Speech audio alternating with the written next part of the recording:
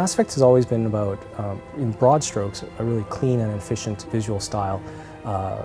We picked up a lot of cues from science fiction artists like Sid Mead and John Harris. But for 2, the story actually went to a darker place.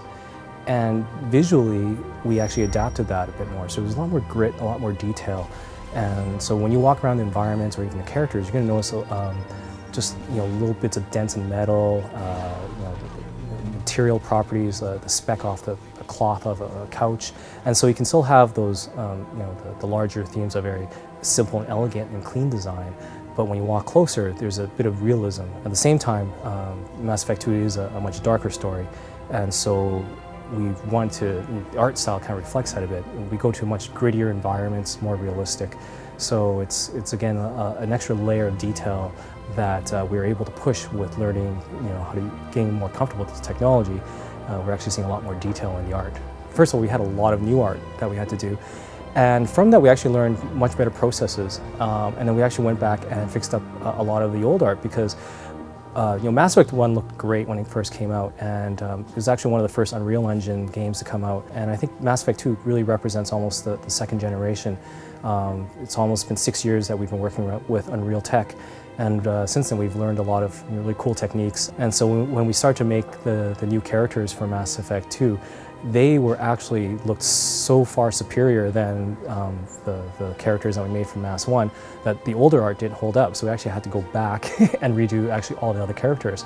So when players play Mass Effect 2 for the first time, I think they'll be really pleasantly surprised. Things will look kind of familiar, yet there's going to be a really neat sheen of polish.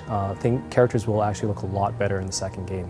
The Illusive Man is the kind of the shadowy puppet master who is the head of this pro-human organization called Cerberus. And the Illusive Man is kind of the embodiment of all that is good and bad of humanity in one person. So he's a smoker, he's a drinker, he's a womanizer, yet he's very charming.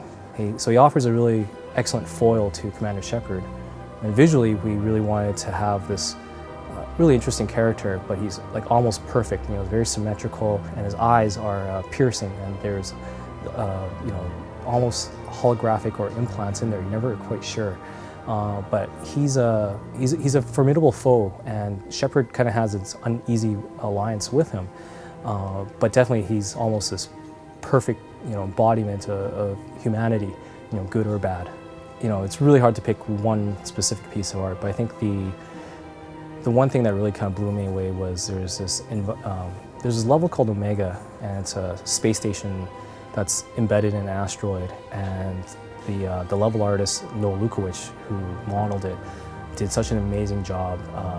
It's a seedy underworld. It's kind of like almost the yin to the yang of the Citadel, and it's just an incredible environment. It's so believable.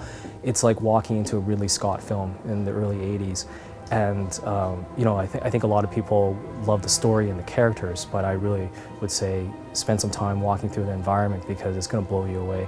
And I think that's the great thing about Mass Effect. In a movie, it's a very passive experience. You sit there and you watch what the director, the cinematographer, kind of sets out for you.